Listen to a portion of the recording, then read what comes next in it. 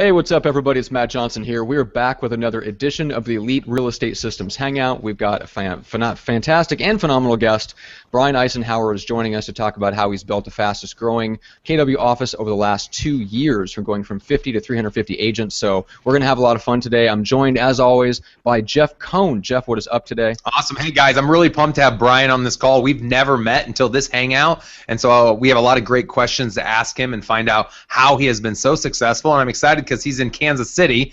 A lot of times we get people on these calls that are on either the East or West Coast, which isn't a bad thing, but to finally have someone in one of our neighboring cities, they're just about 2.5 hours south of Omaha, so really pumped to have you on the call today, Brian. Yeah, only in the Midwest can we call 2.5 hours someplace so close. Right. But, Totally. Well, that's awesome. I'm excited too. It's good to see you again, Matt. Yes, absolutely. Appreciate it. This is I appreciate you being on the hangout with us today. We haven't talked since we did a hangout together with Jesse Garcia, which was sometime around this time last year. It's called The Whiteboard. So if anybody wants to check that out, Brian's interview is still up. If you go to pipelinewizard.com and check out The Whiteboard, you can find that interview as well as a bunch of other ones that Jesse's done with top guys. So it's a really good one to go back and watch. All right, so what do you say we get into the recruiting side? So we're going to start kind of from the top, right? And we're going to get into where Brian is finding and sourcing his agents, and then we'll go all the way down the line to how they're being onboarded and what involvement he has afterwards in terms of training. Obviously, KW has some great training programs, so we'll get into all the things that go into that. But let's start kind of with the top, Brian. So when you first came to this office and you said they were running like 50 to 80 agents over the last 10 or 12 years prior, what did you come in and what were some of the changes that you made? Well, the first thing, I moved to Kansas City about 3 years ago from California, where I had some success running some Keller Williams companies as well, and moved out to Kansas City to be closer to family. We moved out here, and it was an office full of very good people that wanted success and they wanted growth. And I look at growth as coming two ways. When you're running a real estate team or company, it's going to come from the agents selling more real estate. So I have two jobs to deliver as my value proposition. Number one, my agents all need to sell more real estate because they are at my company. And that also could also be hedged. They also have to continue to balance their lifestyle while they sell more real estate at that company. So oftentimes you'll meet agents that want to join a company or want to move to a company because they think they can sell more real estate. And that's great too, but then there's a certain point, a certain threshold where you sell too much real estate, and the only way to sell more without sacrificing family, hobbies, fitness, church, whatever, on your personal side is to start leveraging and using more efficient systems, tools, maybe people to sell more real estate from there. So my job is to make sure they increase their business and then do it in a way that maintains and balances their life. So that's one area of growth I need to focus on. The other area is to make sure our company grows with more agents joining our company, and that both of those two things equal more business for my company. So if I focus all my activities on those two things, if I want to grow a company, the majority of my time spent should be focused on increasing my agents' production and increasing the size of my office. So awesome. Therefore, I have to create a value proposition that my company has got to be set up in a way that it helps agents sell more real estate. So the way I look at it, and then of course I've got to market that, I've got to get that out there, that word's got to get around, and it's got to work. I mean, I got to have results. So I mean, I can get away with a pie-in-the-sky activity for the first year I'm there and tell everybody what's going to happen, but after a year or so, they're going to have to be able to say, hey, we sold more real estate. Right. So there's a little pressure there, but the good news is if you are able to succeed, and show that the majority of people that come to your office actually increase their production and make more money and make more income, the proof's in the pudding. I mean, numbers are numbers, and those are very easy, and they're very public, and people can see them. So that, boy, if you're able to do that, then it's like breaking open a pinata. I mean, everybody wants to join your company. Word's out on the street, and that's what we've been fortunate enough to be able to do. Keller Williams does provide a lot of great tools and systems, and I choose to utilize those to the nines in every aspect. I like to try to use everything I can get my hands on by the company, and they've got too much to get their hands on, I have found. It's like walking into a law library when you're just looking for a book half the time. So getting good at just using the number of tools and systems out there, and and all the support is a trick in itself. But that in a nutshell is what I try to do, and that's been kind of the key secret, the core foundational secret of my success. So I like to try to think of our office as a built-in productivity coaching company. So, Right. And what that means is, okay, with most brokerages or real estate teams, you're going to go, most, not all, you're going to go to that, you're going to choose that company because of how well you like the broker, maybe how close the office is to my house, maybe whether I get a desk or a cubicle, and then maybe the commission split. So essentially all the stuff that shouldn't matter. Correct. All the stuff that shouldn't matter. I mean, whether you're on a 100% desk rent thing or like an 80-30 or 80-20 or 70-30 or a 95-5 or whatever the heck you're on, at the end of the day, you sell 25 houses, it's going to make $1,000 worth of difference one way or the other, so we're not really talking big picture. However, if you come to my company and I am able to get you to sell 50 houses instead of 25, now I've changed your life a little bit. Like you might, kids might be going to college, you might be getting vacation houses, you might be able to hire an assistant, get yourself some time. Lots of different things. You can really effectuate a lot of change with that. So, but the problem is it's kind of a pie in the sky deliverable that I have got to make sure everyone believes that if that it's something you really have to work to try to create. So if you have that type of low value proposition where you're either trying to attract clients because you're a personable guy or because you have a better commission split or because of where your office is located, what you typically don't see in that scenario is someone that has, then if you want to go to that office and you want to sell more real estate, you would be required to then hire a professional coach. And there's lots of different coaching companies up there that can cost agents anywhere from $500 to $1,500 a month. Well, what we're trying to do, and I think what KW tries to do, is kind of put that productivity coach in the office. And when we were small, when I first got here, that could all be me. There was a manageable number of agents that I could coach. Well, now when you get, I think as of today, we're up to 360 plus agents, and we grow at about 10 a month is about our average. So catch me in 6 months, we'll be crossing the 400 agent marker, and what ends up happening is I can't coach all those people. Just can't at all. So now I have to keep growing my team like a real estate team would. As we grow, when we hit, I think 150 agents, I was hiring people. We have a trainer that coaches all the new licensees that come into the school. At 200 agents, I opened a real estate licensing school in my building so we could actually start capturing more people who wanted to get their license, which was really good timing with the market turning like it has. And so now every month and a half, we've got about 20 new agents coming in out of that. And then, so I mainly coach and recruit agents that produce at a pretty high level, where they're already saying, okay, leads and getting more business is not my problem. It's how do I leverage with other people? How do I put in new structures? How do I hire people properly? How do I train people properly? And then how do I lead and manage a team and hold them accountable going forward?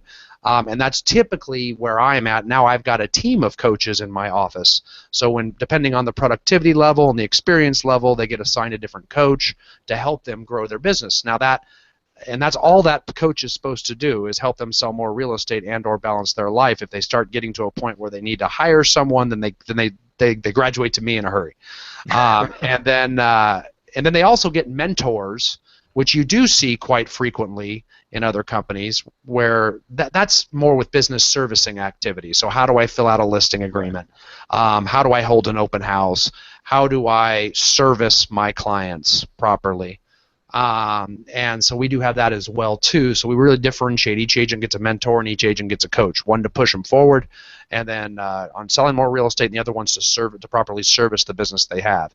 Then in addition to that, we put them through some structured training. So everybody that comes in, we usually have 3 to 5 training classes going in my office every single day. We have some structured Keller Williams training, a class called Ignite that every agent is strongly encouraged bordering on peer pressure to attend. We've held short of requiring it. Yeah. We don't require it, but boy, we get pretty like, mafia rough with it, and make them get in there. And then so they go through about a 3-week course that's kind of start to finish. Here's everything you need to know on the buy side and the sell side. And then there's also some productivity coaching, and then they also have to every agent that joins our office has to get a database set up.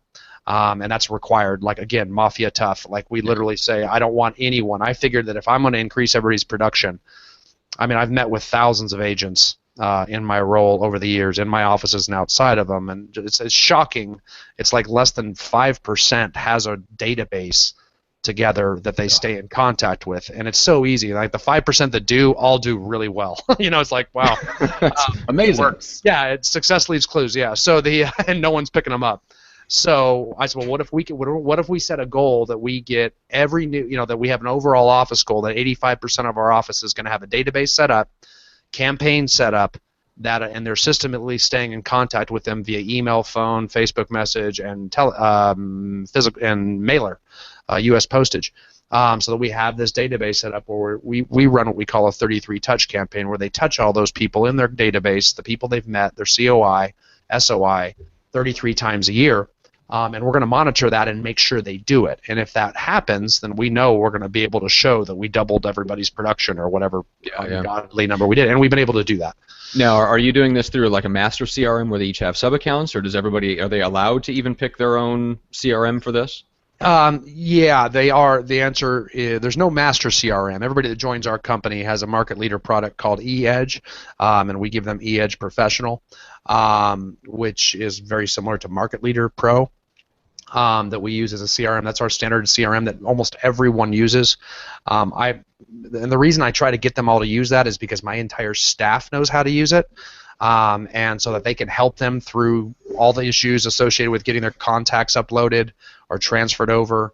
Any knowledge scales essentially. Yeah, I mean, you can go, and there's a lot of other good CRMs out there too, and everything's got their own bells and whistles. But if they start using the top producers of the world, the Contactualities, et cetera, I can't guarantee that my staff knows how to work their way around every bug in those. So they kind of do that at their own risk. So I really push them that, hey, I mean 5% use a CRM. I don't even know what ridiculously low percentage know how to use all the bells and whistles in their CRM.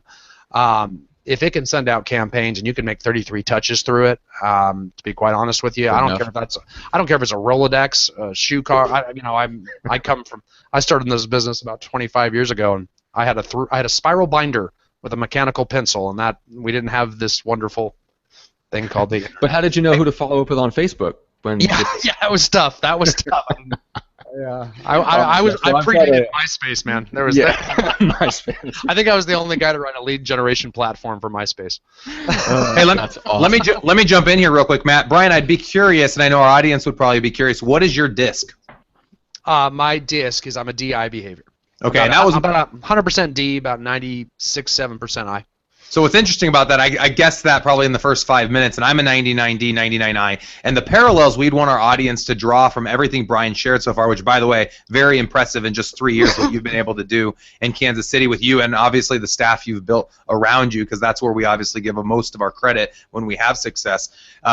Anyone listening to this that wants to build a team, Brian's doing the exact same thing we talk about with team building. You're building a team, obviously at a much higher level, but that's exactly what you're doing. And my favorite takeaway, first and foremost, is what's right behind your ear if you look behind you, Brian. And it says the real estate trainer.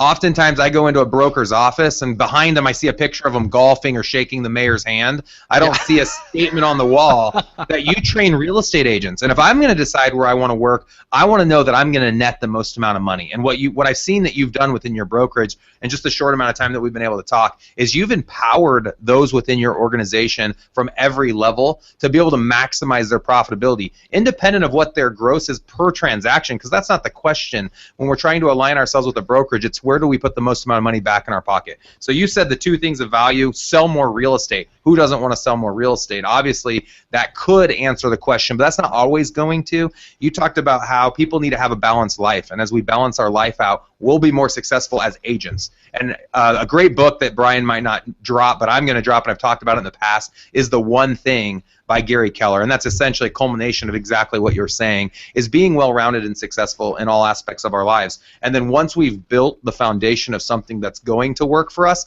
let's recruit more agents and plug them into that process. And that's exactly what you've done, and my hat goes off to you. I'm really impressed.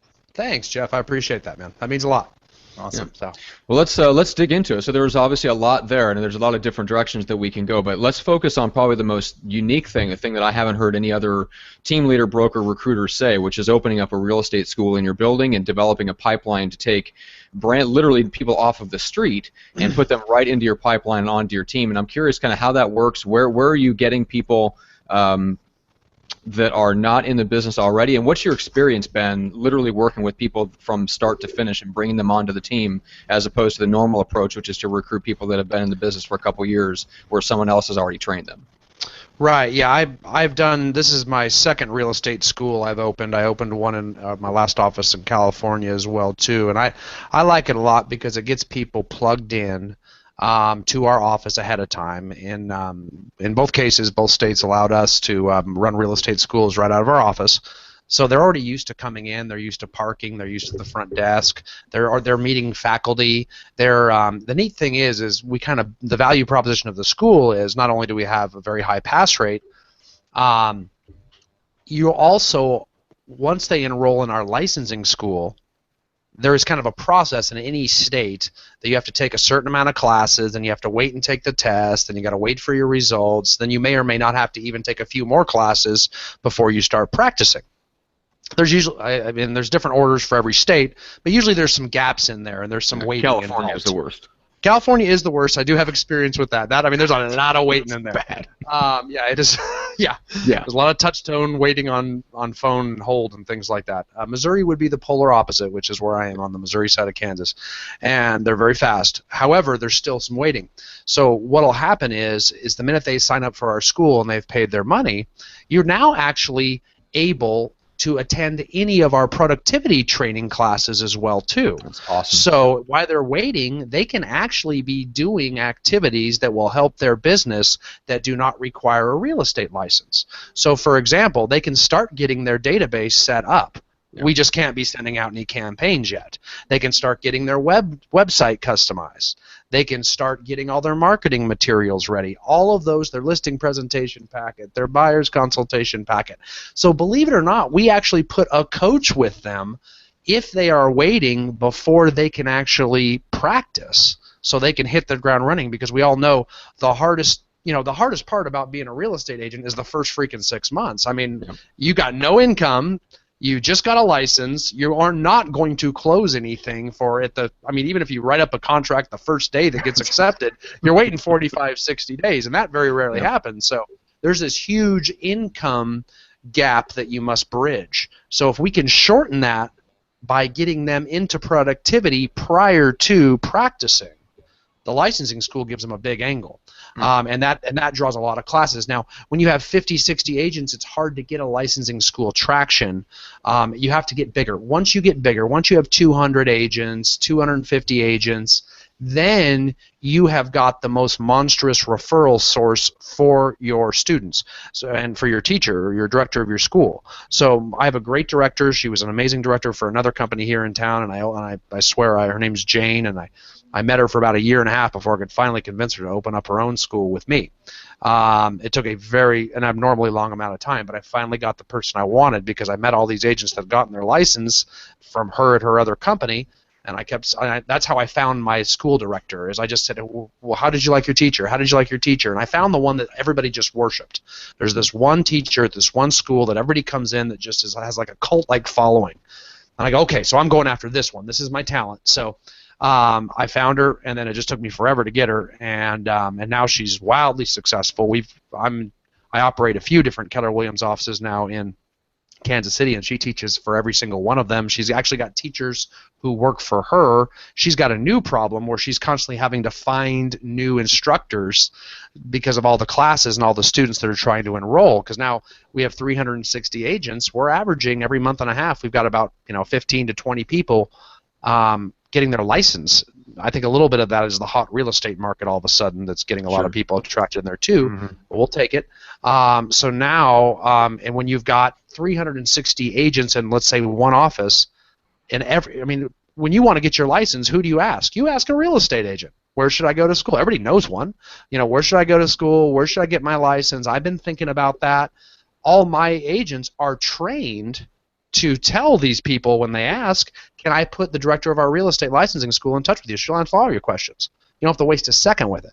They give the number to Jane. Jay gets paid by student, so she has a lot of motivation to chase them down. Jane calls them. Jane sets the appointment, gets them ultimately signed up for class. One of her, the last day of class, we try to coordinate her with a big event in the office, one of our weekly sales meetings. They graduate, they walk over to the sales meeting, they get to experience all that. We have some coaches and staff stick around after the sales meeting to answer their questions, and basically there is real estate commission paperwork out in front of everybody, and everybody just kind of joins the office right then and there, rather than going into a normal licensing school where there are lots of agents from other offices saying, and they become friends with those other new licensees, and they get talked into joining other offices because they want to go with their buddy. Right. Brian, I have a couple questions. What percentage out of these, you went from about 50 to 70 agents when you came 3 years ago from California. Now you're up to 360, and you started this real estate school. Would you say about 25% of the agents that have come over are brand new agents that came through your real estate school, or would the number be higher or lower than that? It's lower. Maybe the last 12 months, I'd say 25%, because we did not have the school my first year and a half. I waited until we got big enough. Okay. Because I get the vast majority. I'd say 75% of our students come from referrals from our existing agents, and we track that. I think it's almost right on 75%, and then about another 20% come from a website we created for the school that's gotten a lot of traction, and then 5% from a bunch of random sources. The follow-up question to that I'd be really curious about, I've heard of a lot of team leaders having a lot of success around the country by paying it forward within their own market and opening up all of their own trainings, which my real estate team in Omaha does 3 trainings a week, and we open it up to anyone. And a lot of agents don't believe it, but we're like, we're not going to recruit you. We just want you to see what we have, and if it's something you like, come and check it out. Do you do something like that as well in addition to the real estate school? Yeah, that's huge, Jeff. We do that with everything. All of our training is actually open. And it's amazing. We have 2 events each week, our weekly sales meeting, and I run a masterminds on Fridays, which has become huge. We usually get about 100 people plus to the masterminds now, and they're people from all over the city, from other companies, from other locations that come, and everybody just kind of, I facilitate it, but everybody, you got all these top agents in there sharing all their ideas. You got a brand new licensee that comes in there that's sitting next to an agent that sells 400 transactions a year. Right. You just don't see anything like this. And typically, the higher producers, typically the higher producers are going to dominate the conversation, which is what I want, because they're the ones that everybody can learn from. And it's just amazing to watch, someone who did 80 million. Sitting there helping with a script and dialogue of someone who's had their license for 4 months on closing a listing appointment. But and then once a month, that Friday masterminds is a real estate team masterminds, where the topics are only we narrow the scope and focus it on just real estate team hiring, training, and leadership and management. And we really circle in on those areas. If it starts to get into solo agent stuff, we just leave that for the other masterminds, which is the bulk of them anyway. It's gotten so popular. One thing I would say that has always really impressed me with Keller Williams, and a lot of the things I've done in Omaha with our Omaha team has been modeled after the MREA book, Millionaire Real Estate Agent, that was written 10 years ago, and I understand Gary's going to be releasing version 2.0 anytime now. Has that been released yet? Not yet. I don't think it's not any time now either. I think we got to wait a little bit longer. I thought we were going to see it 10 years later. Anyways, I know it's coming. It's coming. So one of the things that I've been really impressed with is how open Keller Williams is from a national level. I've been invited to a lot of different training events. They do family reunion. I was at ESO last year. I actually went to Recruit Select in Kansas City last fall, and I was at the One Thing business conference with Gary Keller down in Austin, and it always surprised me because I've been a #1 agent with Berkshire Hathaway now for a number of years, one of their top 10 agents, and I'm so surprised that they open those doors and they have that abundance mentality versus that scarcity mentality. Yeah, I think that's really important to implement that in our businesses.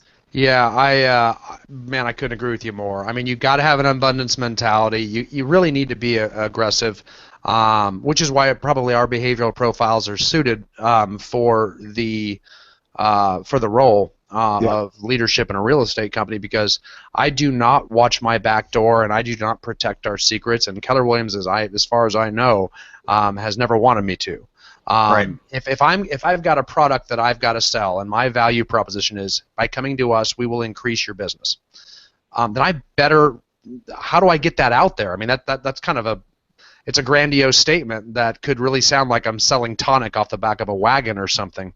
And in case you wanted to know, that was a Music Man reference. So I mean I've got to be able to prove it. So the best way to recruit someone, the most effective way to do it is just pull back the curtain and say, come take a look at everything. I mean, you could literally, you could be a top producer in another company, and you can come to every training event we want. And if you think that it's all BS and training you don't need, fine.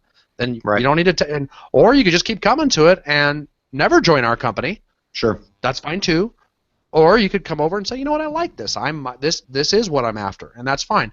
Yeah. Just keep the door open. And the likelihood of someone coming in, stealing our secrets, I guess, and then turning around and reteaching them, well, I mean that bird has flown the coop. I mean our stuff's out there everywhere. Right. And yes, it does get mimicked and it does get modeled. And to be quite honest with you, that's flattering. I mean, that's an acknowledgement that what we're doing works. Yeah. Well, this is one of the things, Brian. Matt and I, we do these podcasts every 2 weeks or so, and I've had agents from my own market come to me that are my competitors, which I don't believe in competitors, and they would. I think we're our own worst, biggest competitors. Sure. But they would ask me, Jeff, why are you giving everything away? You realize anyone in your market could watch all of these videos. I said, I hope they are watching all of the videos. Hopefully, together, we'll raise that bar. So one question I had for you in terms of raising that bar, you mentioned, using the analogy of an agent that does 80 million and 400 plus units. What are some things you see happening within your brokerage from a team level? Because a lot of our audience are team leaders running teams of 5 to 20 agents.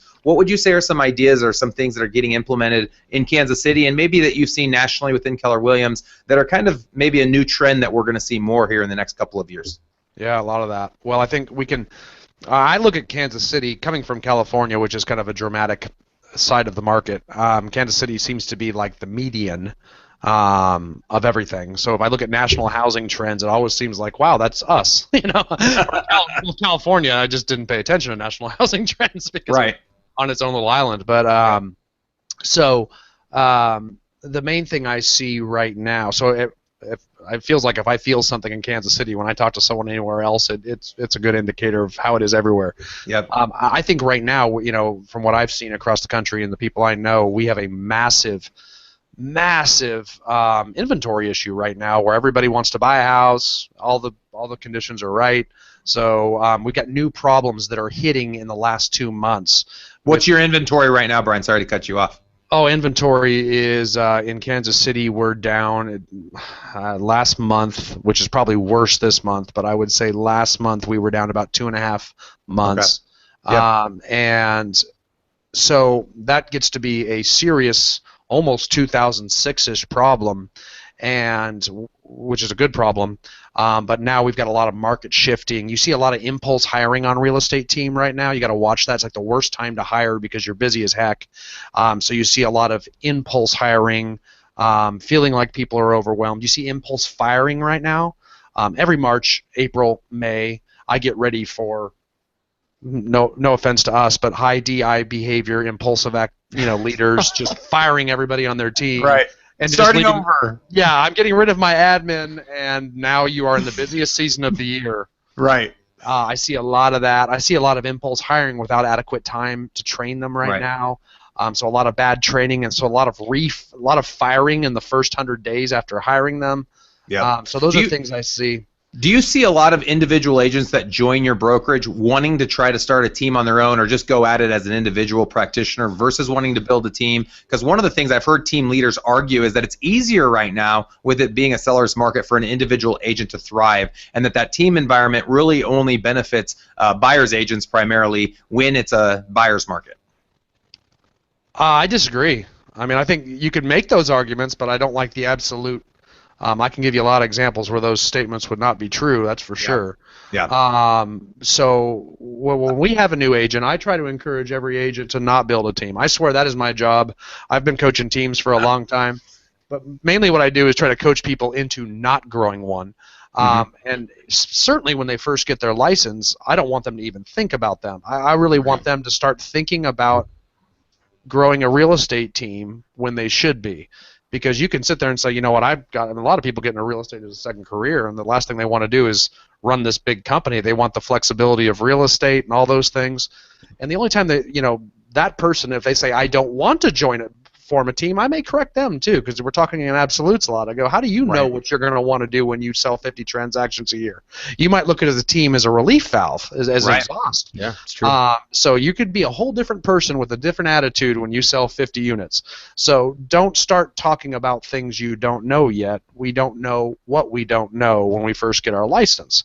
So I want everyone to think about selling 25 units, 30 units a year right out the gates. And then see how well your lifestyle holds up.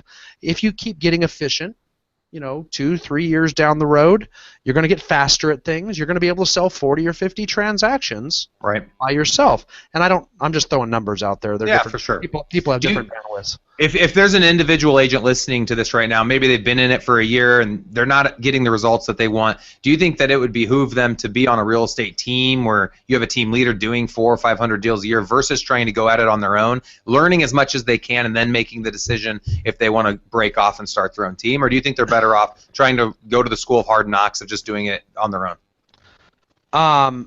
Again, different strokes for different folks. I prefer to see if a new agent can lead generate consistently on their own. If they can do proactive activities on a consistent basis to get business, then I question as to whether they need to join a team right away. However, if they cannot make themselves try to get new business and they don't have enough business, then the accountability and admin support and lead sources of a team may behoove them for whatever reason. Some people just want the camaraderie. I mean, they want that. They want that group. The culture.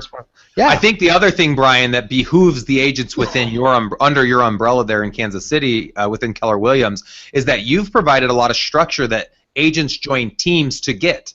So an agent that's an individual practitioner in your box has a coach, a success manager, someone teaching them lead gen, masterminds, a culture, if you will, that you've created within your brokerage, and that's our responsibility as leaders. But a lot of agents across the country within their brokerages, there's nothing like that. And so I think a lot of agents turn to teams to be able to get that training, the accountability, the admin, and all those other things that you've already built for your individual agents. That's true. So we are kind of competing with them, I guess, which I like. I like a lot of competition.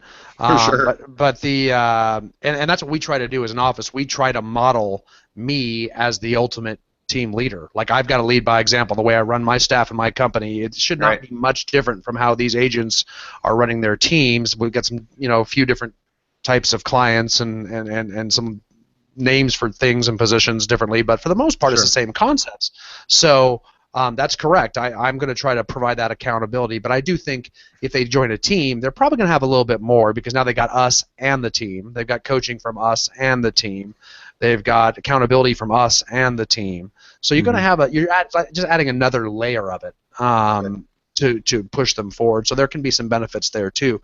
But I generally say I'm kind of like, well, I think all our coaches are kind of like office priests in the sense that everybody can come to us for confidential one-on-one advice. I don't care if you're the admin on a team, you can come to me in confidence. I don't care if you're a buyer's agent on a team, you can come to me in confidence. I don't care if you are a potential buyer's agent interviewing with 3 of my top teams. I'm not going to let the cat. I mean, I got to hold that integrity line pretty hard. Brian, I like that analogy. You know what? I think it'd be nice if we had one of those little boxes with the window. We didn't have to look them directly in the eye while they were confessing to us their dysfunctions. Don't look at me. Don't look at me. That's awesome. Come in my office. Come here. Yeah.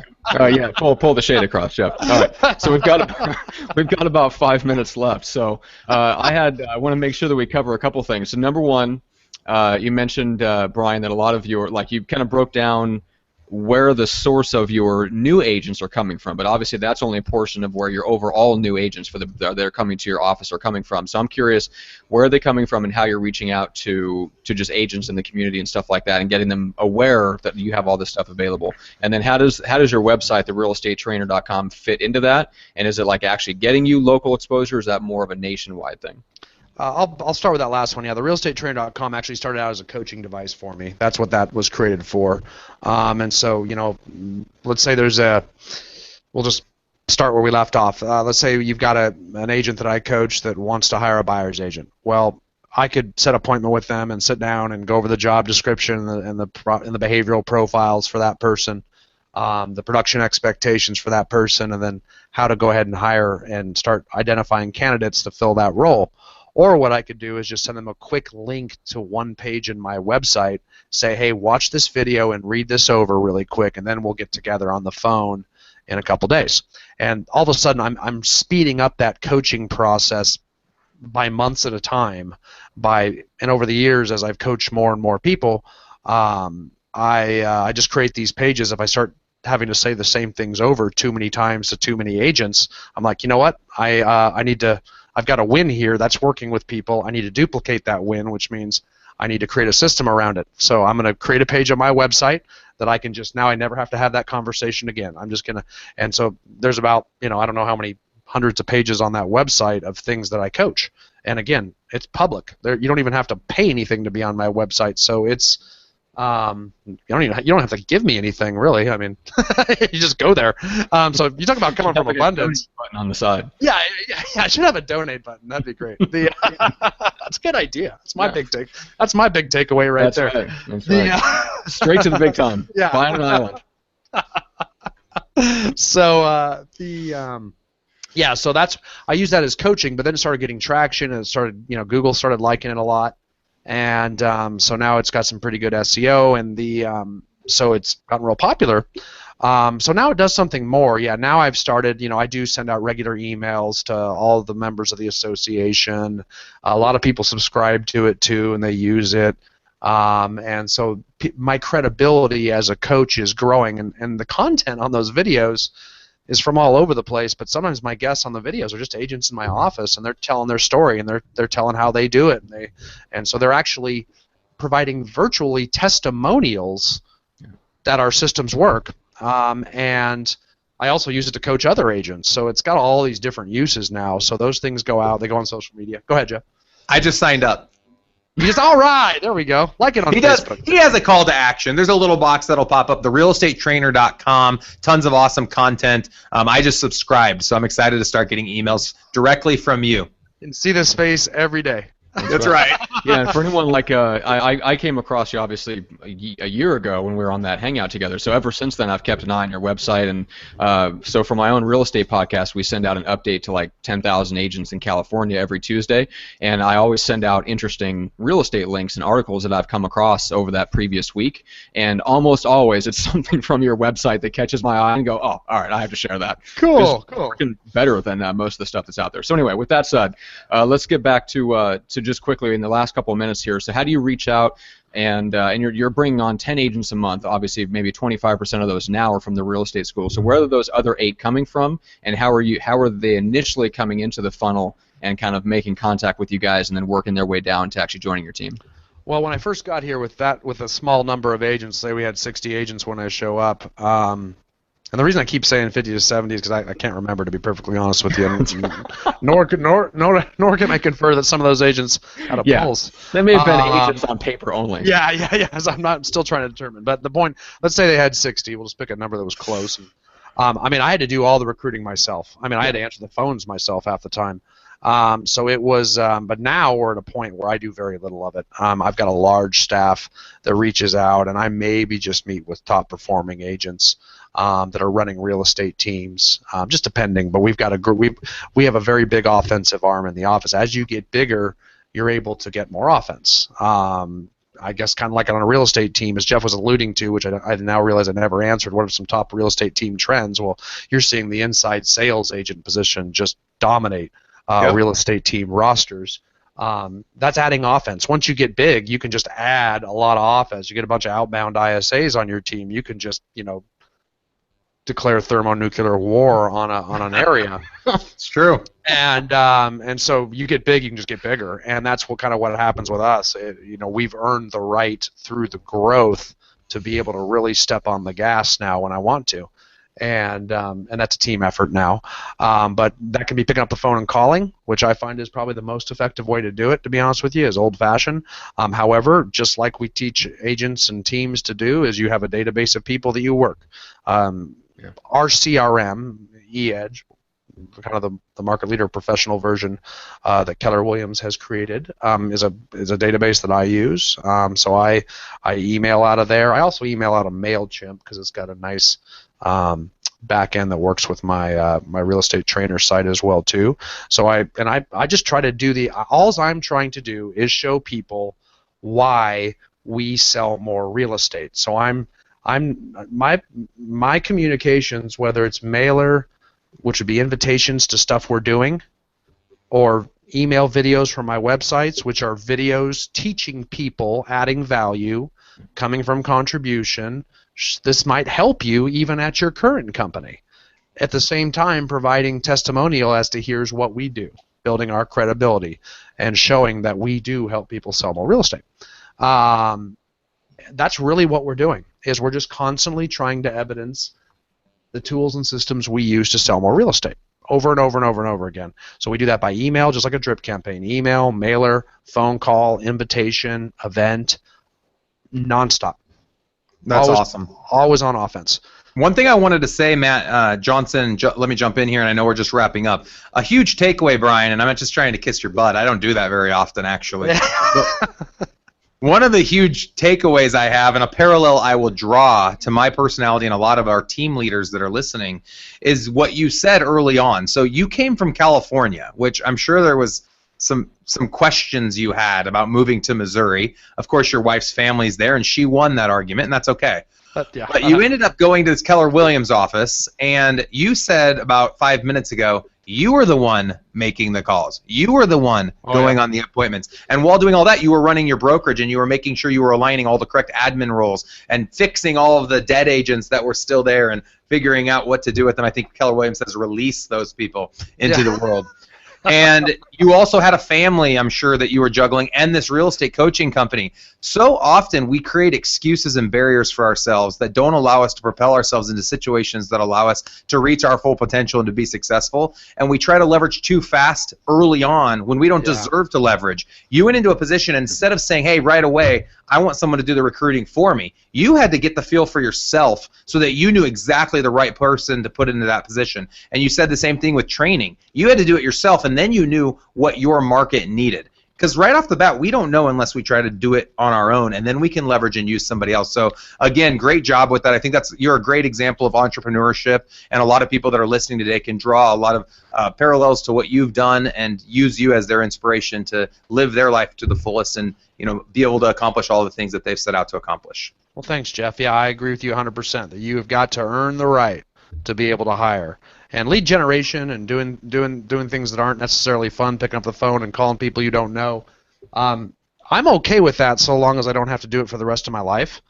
You know what I'm saying? And you can earn your way out of that. I mean, that's very, very common in the real estate team model. At some point, marketing just becomes, this is in the MREA book, I think it's page 220-ish, where it says, it's at a certain point in time when you increase production high enough, marketing is just simply more time efficient than lead generation.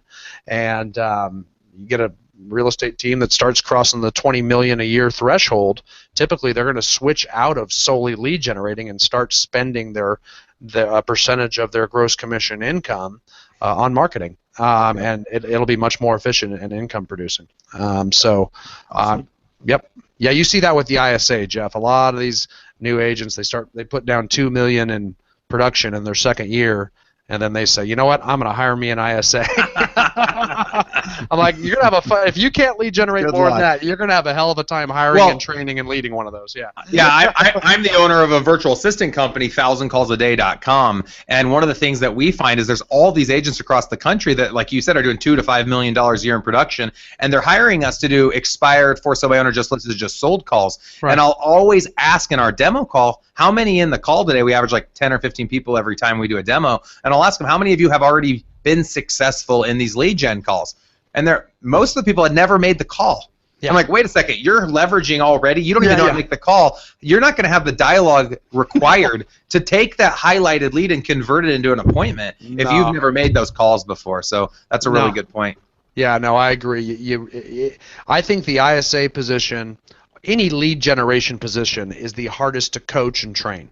It is, and you better have the credibility and the knowledge of how to overcome those objections, how to overcome your own limiting beliefs. There's a gazillion of those too about prospecting, and until you've experienced them, it is really tricky to coach and teach that. I can tell you right now. So I would say the ISA position is the most difficult to hire, train, and retain. Yep, I agree 100%. Sure. Yep. Yeah. All right, guys. Awesome. Well, we'll wrap it up there. That's we covered a lot of ground. I know we could probably talk about this with Brian for another couple hours. Someday we'll have him on in the future because there was so much we did not get a chance to really dive into, which is awesome. I love hangouts like this where there's too much. You just like get excited to get to. So obviously we know about the realestatetrainer.com. Everybody should go and sign up for that. Learn from Jeff's example and go sign up immediately. But if someone's watching this and they're in the Kansas City area, or they know someone, an agent who's in the Kansas City area, and they want to send you a referral for an agent to potentially join your team, what is the best way to reach out to you, Brian? I would say my email address, Icenhower, ICENHOWER @kw.com. That's probably the best. All right, awesome. And then, Jeff, you want to make a short mention of the upcoming workshop? Yeah, for sure. So we're actually excited. We just rolled out a new website, or refreshed our website, eliterealestatesystems.com, and that's how you can reach out to me. Just go out to my Facebook page, Jeff Cohn on Facebook. Feel free to message me anytime. And then we have a handful of workshops coming up every other Monday here in Omaha, 12-hour team building workshops. Our next one coming up that still has 1 or 2 spots left is April 25th. That's $3,000. To be able to attend that entire event all day long with me and my team, and then you'll also get access to the Google Drive for life and access to our private Facebook page. So we'd love to have you attend. If April 25th doesn't work, feel free to message me, and we can start looking at dates into May and June. That's right. All right, awesome, guys. Well, I've got to run. I know you guys too, as well, and so make sure to take advantage of all the resources. Sign up at the realestatetrainer.com. We'll be back next month with another edition of the Elite Real Estate Systems Hangout. We'll have another interview with a top producer or top team leader, and until then, thank you so much, guys. Awesome. Thanks, Brian, and thank you, Matt. Thanks, guys.